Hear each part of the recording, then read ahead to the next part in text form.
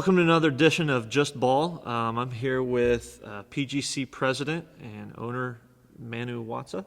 So let's revisit your childhood if you want to. Yeah. What were some of your favorite players? Some of your favorite teams? I was a Lakers fan. Lakers Showtime when I was growing up. My best friend was a Pistons Isaiah fan, and so he was the Bad Boys, and Isaiah was like the villain compared to the Magic, sure. but I loved Zeke as well. I mean, Isaiah was great. He was unbelievable. But Magic, I loved the joy that he played with. Sure. I loved the way he brought energy to others. We talk about at PGC, we talk about the Magic Johnson effect. We talk about being an energy giver. We talk about uplifting those around you. We talk about being the type of teammate that everyone wants to play with. And Magic epitomized all of those things. Yes. And so as a young player, that really informed how I wanted to approach the game. And so Magic was like the smiling assassin. He'd be smiling and killing you at the same time. And so I tried to approach the game. I tried to approach the game the same way. Sure. So people always used to say, "Do you ever stop smiling on the court?" But at the same time, hopefully, I was killing people at the same time. But I probably wasn't. I was just smiling. Yeah. Magic was a great model for that for me. And he knew how to win, and he knew how to win graciously, and he knew how to. He was humble enough to constantly reference James Worthy or Byron Scott or Kareem, or he deflected praise. Another great quality of leaders, to deflect the praise to teammates, to coaches. And so there were just so many things. Yeah, and some of those things I didn't even realize until after. Yeah. In my early years, I just loved the way he threw those no-look passes, and I loved the way they ran the break. And but over time, I began to appreciate some of those other intangibles that I saw as I got older and higher levels in my career. Sure.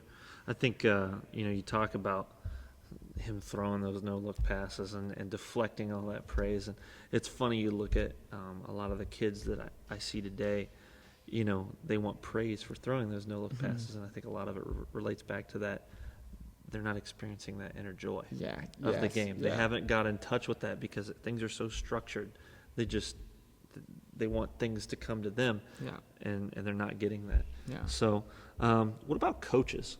Who did you look up to as a coach or as kind of a head figure that really did you know you wanted to be a coach someday when you were playing? Yeah, I did, and it was actually I think of some great NBA coaches, great college coaches, but it was my elementary school coach. It was my middle school coach. And we talked about in the first part on peppering the air. Sure.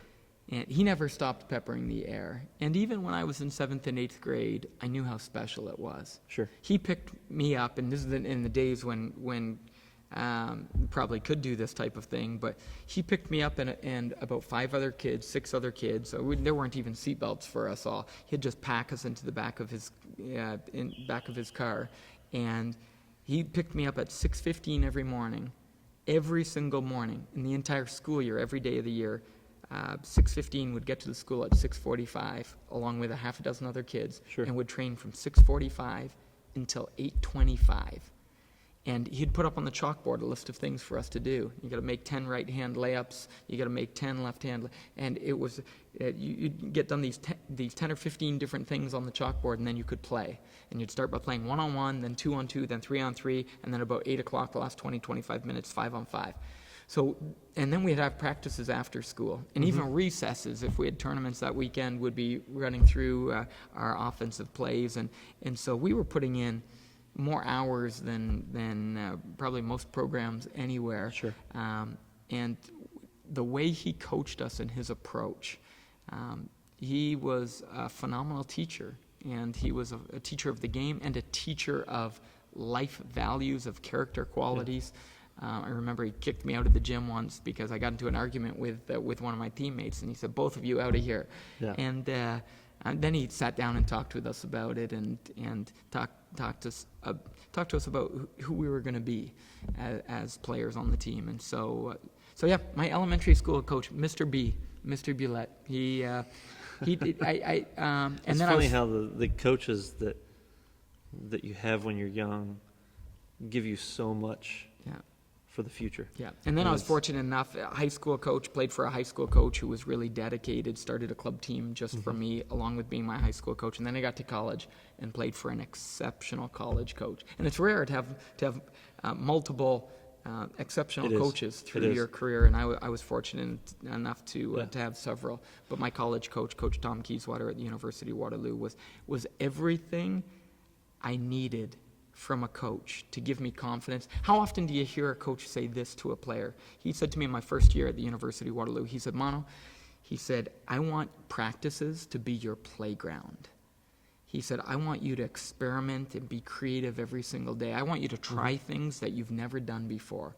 But then when it comes to a game, narrow your package back down to the things that you know you can consistently do well. Yeah. But in practices, experiment. Do you know what type of freedom and creativity that generated in me? And then the confidence. It kind of goes back to, if you limit players, you limit their success. Yeah. If you take limits off players, you never know where they're going to go. Oh, yeah.